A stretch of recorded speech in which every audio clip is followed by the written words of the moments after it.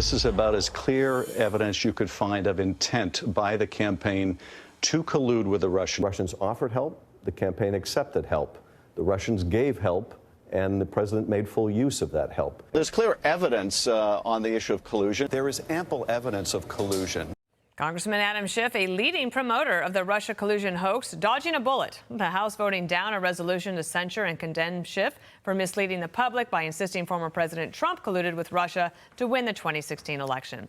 Lawmakers voting 225 to 196 to set the resolution aside, including 20 Republicans who oppose the measure. Let's bring in special report anchor Bret Baier. Bret, why would Republicans join that? I think some of them worried about setting precedent. There was a recommendation of a $16 million fine.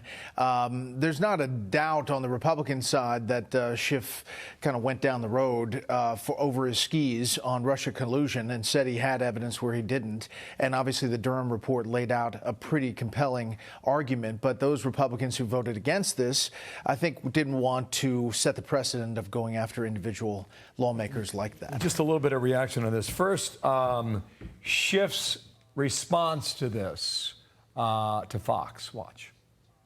It's a badge of honor when you take on the MAGA crowd. They clearly think I'm effective in holding the former president accountable. But it's a terrible misuse of House resources. This is their effort to try to intimidate people that stand up to Donald Trump and to gratify the former president. 242 cable appearances, I think, on Russia.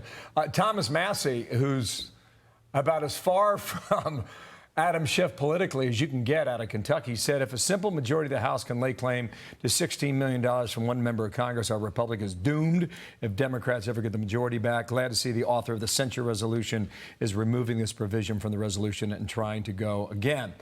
So that's from Massie. That goes to your point about money and precedent. Bret, back to this point from Schiff. Yeah. It's a badge of honor for me to take on the MAGA crowd. If Donald Trump's the nominee, that's all Democrats are going to say for the next 16 months. No, that's true. And they're hoping, I think, in a lot of Democratic circles that he is the nominee, including the White House, which is clearly gearing its messaging again to go after the former president. But listen, on this Schiff resolution, I think Massie hits the 20 Republican sentiment, which is you go after this one, it's tit for tat. If they get control, let's handle it in the ballot box. You know, Schiff is up for Senate in California. It probably plays in that state. He probably loves it because this will help him raise money for that, or at least get some attention. I want to talk to you about the growing Republican field. Francis Suarez, the mayor of Miami, getting in today. We can show you the big board here over on JM 3 if you've got a chance. Ronna McDaniel was on earlier. She's, of course, the chairwoman of the RNC. She had this to say about the growing field. Yeah, I think we have such a great field, from mayors to governors to former presidents to former vice presidents. But the main thing is, what are we talking about? Republicans are getting on the stage, or they will get on the debate stage and be able to contrast what we put forward as our vision for America, which will be a much brighter future for many Americans than what they're seeing right now. So Francis Suarez gets in today. Do you expect there will be others? I think we're coming to the end of the new entrants. I think we're, what is that, 12? You know, you start getting into a pretty crowded debate stage. You have to qualify for that debate based on the RNC guidelines for the August debate in Milwaukee. But I think we're probably getting towards the end. There may be a late ad. There's always rumors that Glenn Youngkin from Virginia, after he runs this Senate race in the State House, may decide to get in, but that's, you know, you look at that list and that board, that's a lot of folks. And, you know, there are more and more people who say the more people who are in and stay in longer, the better the former president has a chance to win the nomination. You'll get to ask him on Monday. Yes.